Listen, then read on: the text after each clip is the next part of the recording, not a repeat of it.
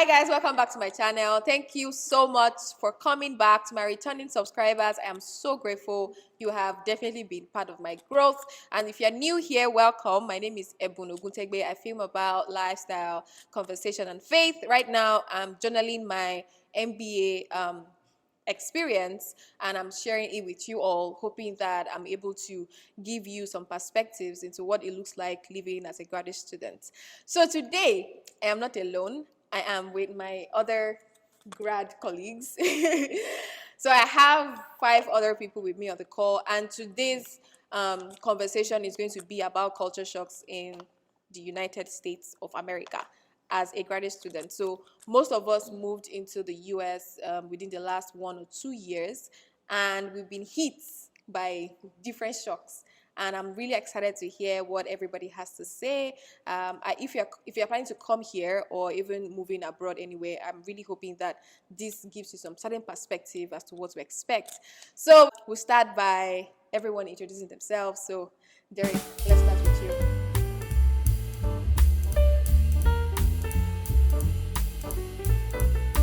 Hi, I'm Derek, rising second year student.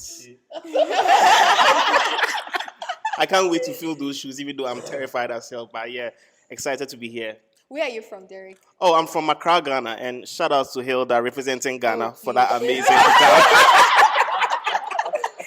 Derek has always been a Nigerian farmster because I don't understand.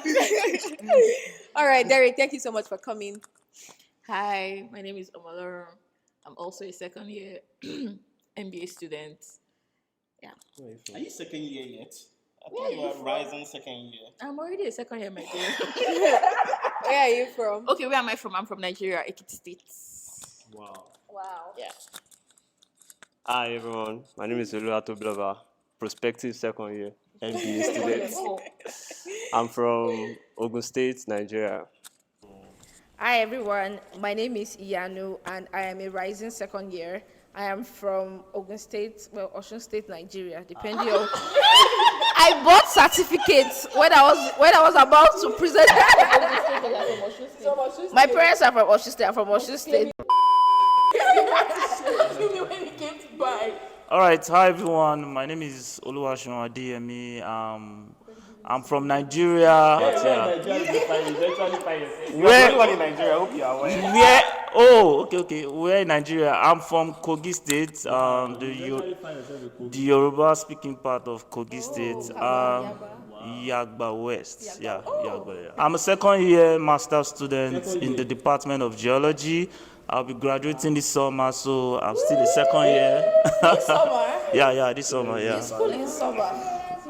Yeah, there's school in summer, man. Yeah, so Wow. good to be here. All right. So we'll jump right into it. So everybody just takes one culture shock each, and then we'll go another round. So we'll start with Derek. Derek, what was your culture shock when you got here? So I guess for me, one of the biggest culture shocks that I had coming to the US was the very first time I walked into a bank and I wanted to open a checking account, and there was literally no single person in there. and the banker was like, "Oh, you want to open a checking account? Currently we are understaffed and we unfortunately cannot provide you service." And I'm like, "There's literally no person here." Then she's like, "Okay, so you need to book an appointment next week and then come in to open a bank account." And for me, that was really shocking for me because in Ghana, banks are very aggressive. Like once a customer enters that they want to open a bank account, no matter what they are doing, they'll find time to open the bank account for you. But for me, I found it really surprising that here, they really just don't care about you walking in. They really want you to book an appointment, and I thought that was really interesting about the US. So US Wahala, I cannot comprehend. Okay. So I think one of the first things was their greeting in a particular way.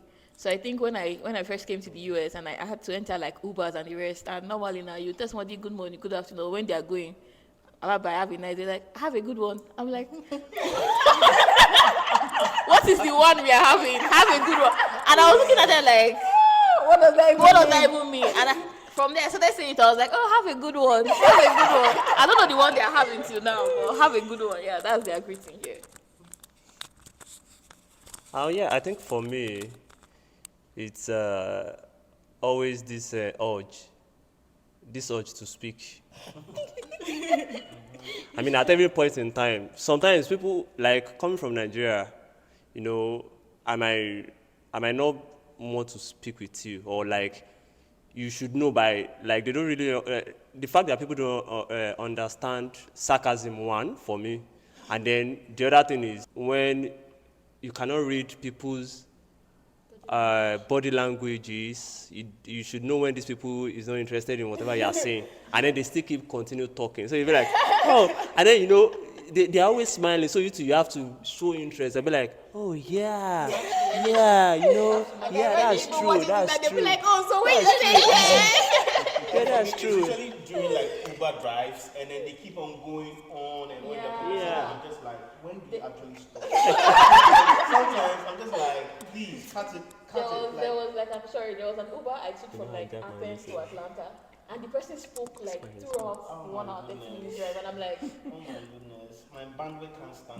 But seriously, they don't. It doesn't matter whether you respond to them. They can be talking and responding to. So like, you just need to just show interest. Like, okay. So yeah, that's it for me. Okay, so for me, it's the credit system. In Nigeria, if you don't have money, you can't buy anything. If you want to buy, if it's somebody using iPhone 14 Pro Max, that person has money or has something somewhere, because there's no. Yeah, people use iPhone. Oh,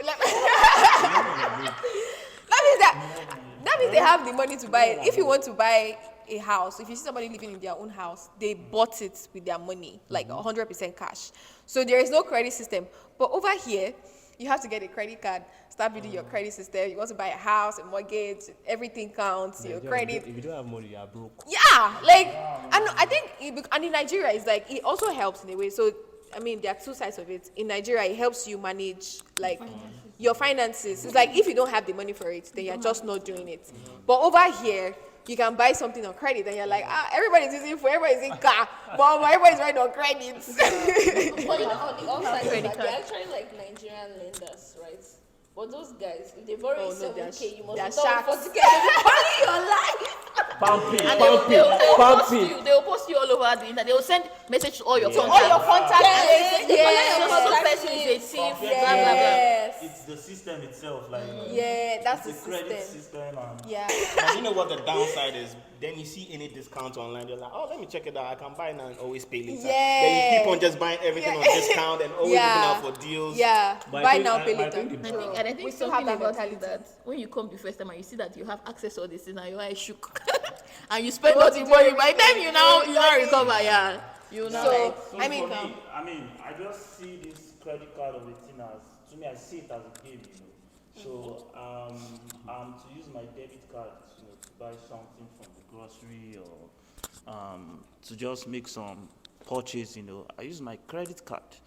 And so the money that I would have used in my debit card, I transfer it to my credit card, and I get my points. So it's like I'm playing a game to me, you know. Yeah. So You have to just be smart. yeah, you have to smart. yeah, So I think, if you're coming and you're not used to the credit system, I think the whole point of this is it's important, number one, and then number two, it's also important that you manage it well. So know how to balance it. You can get your points and get like rewards and stuff, cashbacks, but again, be mindful. Don't overspend, and then incur debt and all of that. And again, if you delay on these things, the interest is crazy. It is crazy. Yeah, so- they are coming for you. Yeah. What I basically just do auto payment because I can't afford to culture shock. Well, the omnipotence of grocery stores. AKA Walmart. Like the fact that I could enter into that store and get anything that I wanted to buy was a bit scary. And the best part was the fitting rooms for me. Like, that thing whereby you actually shop right or whatever, Mr. Market, what's that? Mr. Price. Mr. Price. If he goes to all these malls, That's what I'm saying. That how to finish. Usually, when we have fitting rooms, for me in Lagos, I know it's a bit more of a luxury experience. If you have some money to pay, Oh, okay, I see what you're saying. you want to buy jeans of 20, 30, 50K. Indeed, you will have shop to wear your clothes.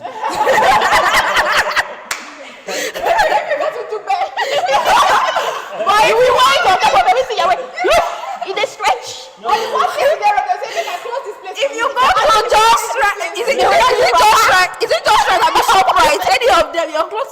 you're going with it like that. What do you mean you're testing your clothes? Eh? Sells clothes in ShopRite. For- Shoprite is just Groceries or like a supermarket. That's what I'm saying. No, it's not just ShopRite. You know, it's a mall. no, ShopRite no, is no, not no, big. no. Shoprite is There's supposed to be a lot of shops. Yeah, a lot of ShopRite sells clothes too. Shoprite sell clothes. Yeah, they do. Shoprite does not They sell do. clothes. They sell clothes. ShopRite? Yes. Swatch. No, no. No, those are the others. A few moments later. So Derek is laughing. Sorry. Welcome back. Oh, there's no ShopRite in Ghana. There is. But then, to me, ShopRite is inside a mall. ShopRite is in Accra Mall. It's the same thing. But they don't sell clothes there, right? They don't sell clothes. No, in they ShopRite. have like packaged some packaged clothes, but yes, there are some stores there. But it's nice to know that when I enter inside the store, I can test my clothes. And perhaps if I enter my house and I decide I don't want this clothes anymore, You can I can return. I can get my money back. I think it was Funshaw I think Funshaw bought an AirPod, and probably an AirPod or a case, and the thing did not work. So we went back. I think maybe like another day, and then the guy was like, "Do you want your refund in cash or you want to take another product?" I'm like, if I make car, as in they are even giving you option. So like to me, the thing is just mad convenient. Like for me now, like I get body small, and in Nigeria, my eye don't see for market. Like you'll be in Yaba markets wearing leggings because you want to wear trousers on top of it. Yeah, now I have room with mirror. I dress this to the market. I When mean, you're going my to the mall, you wear something easy to move. it's leggings. I always wear to that place. So Leggings not or just you wear leggings, so that you can. And people will be pushing you. They will say, my sister, I have something. You don't have something for me. It's even the way they pull you. Like harass. Like It's like harassment here. Physical assault. You need to be carrying belts. So when I go to Walmart, I can't lie because of the fact I know that there's shop there. I used to buy things that I not plan in my budget. When I'm passing, I'm like, this short looks very nice, and I know I can quickly rush and go and test. I can see the vision on the mirror. It's fitting. It's making sense. Like I'll buy my groceries. I'll buy everything I can think of buying. What matters is, and I like that convenience. And that's why. Other places like Ross, Burlington, like Ross, like you buy clothes and we come back home. And FYI, some people even buy the clothes. Wait, I'm still going to return it. Yeah. When I used to watch all those American movies where they will say don't remove the tag, I used to be like, what are these people saying? Now I understand why. So as long as you don't remove the tag. Yeah, you can I always can take it return back. it back. I But don't do that. But don't do We that. don't advise. All right. I don't do that fraud part. For me, the culture shock would be so back home in Nigeria, if you meet someone for the first time and you guys share the same energy, you guys discuss lots of stuff. If possible, you guys can even talk about family, and from there you can clearly say that this person has the potential to be your friend. And so the next day, if you guys see again, My G. I'm my G for life, But yeah, man, Sorry. it feels like you are meeting ghosts every day. Honestly, because this one I experienced it. We were about having a class, and there was a lady beside me, I think the lecturer delayed or so, and we were just talking. And one thing here is that they are not secretive. Yeah. They yeah. can Share anything. if a woman is pregnant, she can tell her EDD, expected date of delivery, man, freely, and so we're talking. I was like, it's like this girl, like we can be friends in the department, At least in the sense of I see her the next day, hello, hi, and all that. The next day like this, I greet her. The girl just focus. She not even like. And that was shocking to me. Was like, no, now, like, really, really shocking. So I would say, that's really one culture shock. I'm still even trying to process here because They only maintain friendship when it's for work. Uber Yeah. driver will greet you. after class, that's it. That's why I said that they have their boundaries. If somebody is your colleague, the person is your colleague. If the person is your classmate, the person is your classmate. If the person is your flatmates versus your flatmates. Don't think that because you guys had a conversation, you are best of friends. no. But in Nigeria, you can just easily Anything. click. Like you Yeah. say, guy, I dey your house, I dey your corner. That many friendships in Nigeria started from that. You just meet. You guys are related. Well, nobody will expect that you tell a random person your EDD. So if you think, okay, this is quite important, this person share with me. Meanwhile, you are the last person to know in the class. Telling you, she has told other people, and you are and you are most likely number 49 or number 50. So, like you get Ashe. No. Yeah, so that's really a shock to me. Keep it professional, keep it cool. Yeah. Boundaries, respect boundaries. Yeah. You have So one culture shock that really annoys me actually is is their tipping culture here. So not to say I don't like tipping, but I would usually want to tip when I receive a really good customer service. But to the point where I'm done with my food and you bring me a pen and a paper to say, hey, if you just tip. And I'm like, What if I don't want to? what if I don't want to tip? What if I don't have enough money?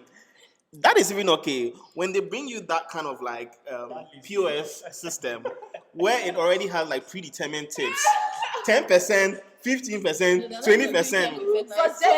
20, 22, 25. Right. And then I look at the amount and then I'm like, Jesus Christ, I can't pay all of this money. And sometimes you feel so much guilt in you to say, are they really gonna like judge me if I don't tip or not? And, Wahala. but trust me, I always do customize. $2. $2 is my best bet. So yeah, I thought that was a little bit uncomfortable because it is not something that I'm very used to like back in Ghana. So We are all students, man. it was a bit of a cultural shock for me. And I think a bit on that as well is the fact that even when you're ordering food, okay, I think that I can add that as my own. When you're ordering food, you know, when I was living in Lagos, Jumia Food was me and Jumia Food. What's the name of that app we used to use? That one we used to buy Corridor Spark. We had all the apps that were usable.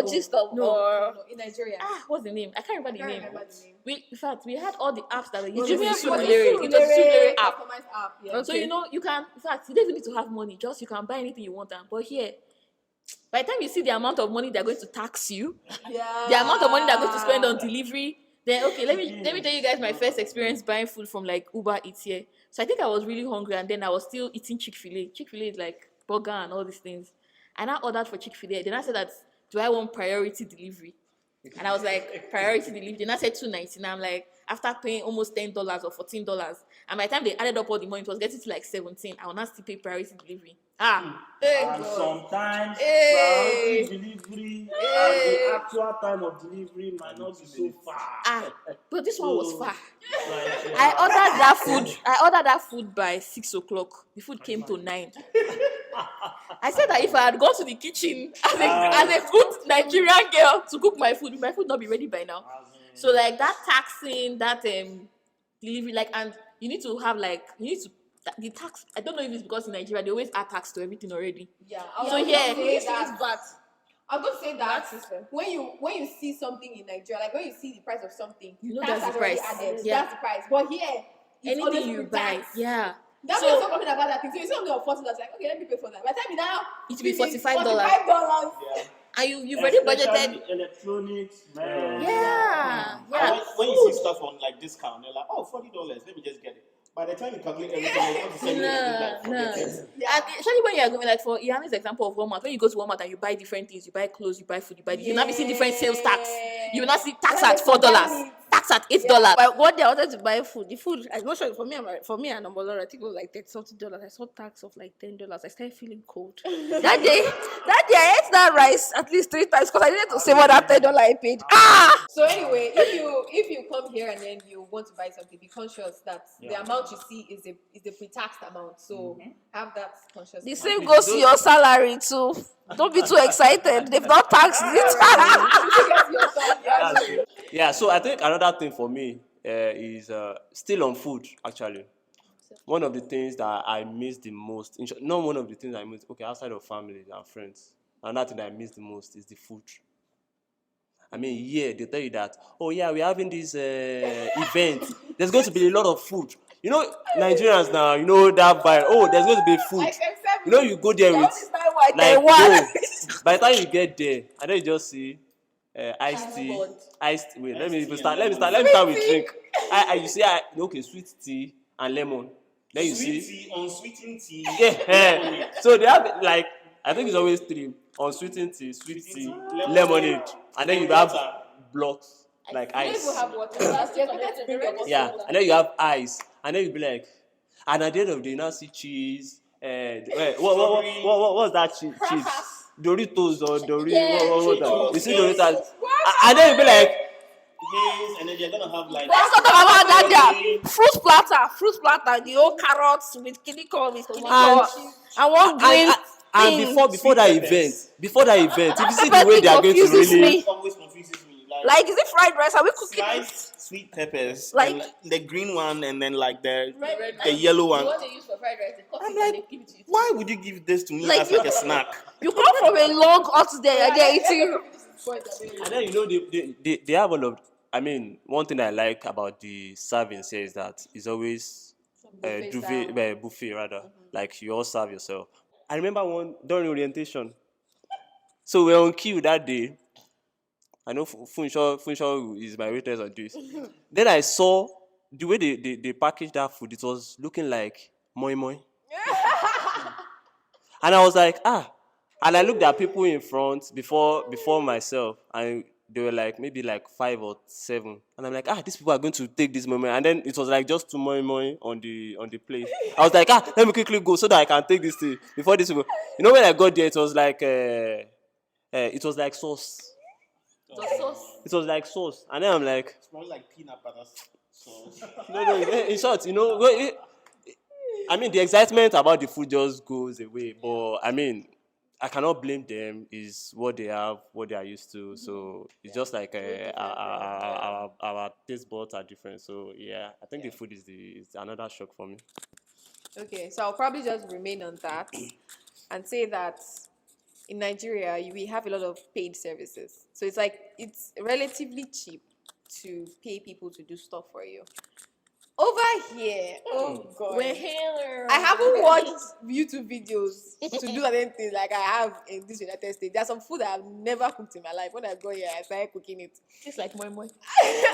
That's true. Like this, I cooked mama for the first time here. In Nigeria, when you're coming back from work, just branch your koyo there, you buy food. Like, okay. Go far. Like bread and sandwich, bread and akara.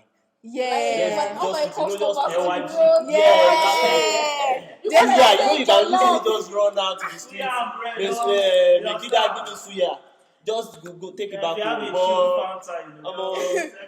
Yeah. But over here, it's not like that. You can't. There's no aboki stores around that you can just run and go and buy something. Yeah. So even in Atlanta, 2-hour drive. even getting a driver.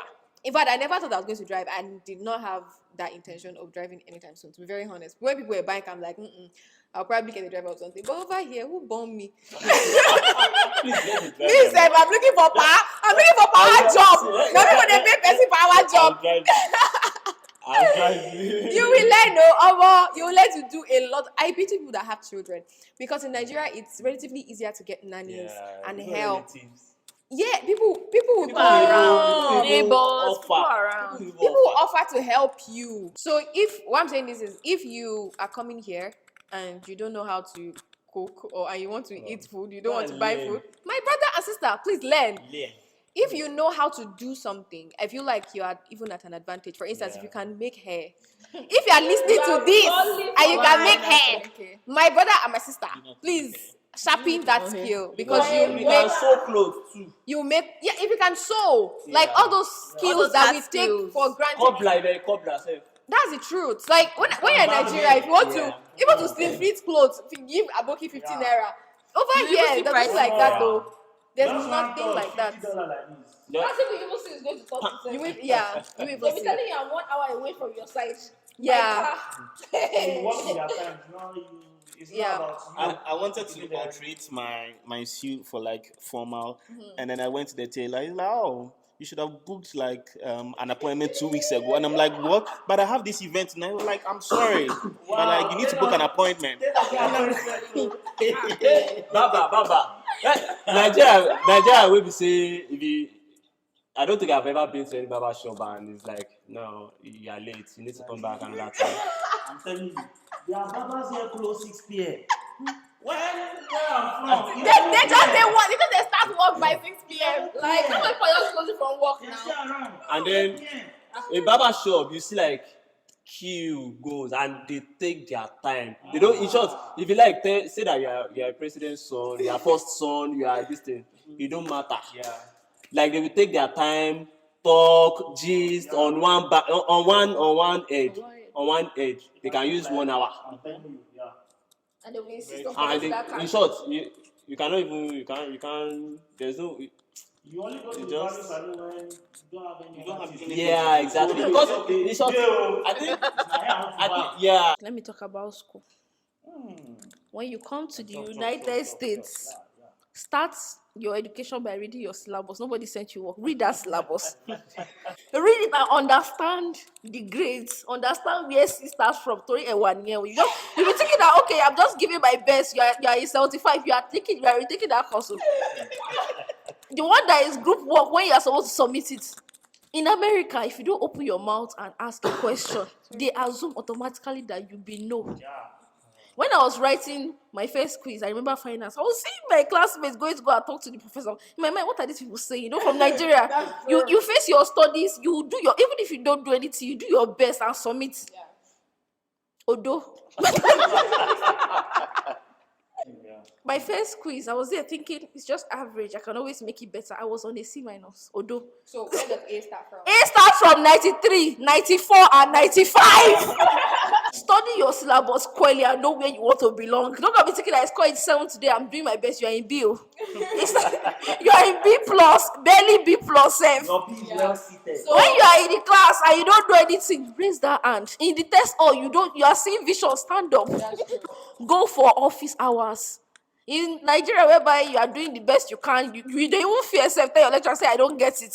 Yeah, better say it because you will not get it at the end of this term. This whole the difference in educational system is another vlog on its own. Like I mean, interestingly, my second culture shock is also on the part of the educational system here.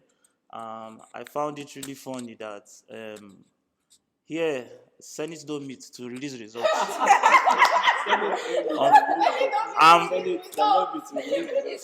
Yeah, so back home in Nigeria, almost Senate can meet first time, second time, third time. But before they even meet, departments will meet, deliberate on the result, add or plus. Now they'll go to faculty.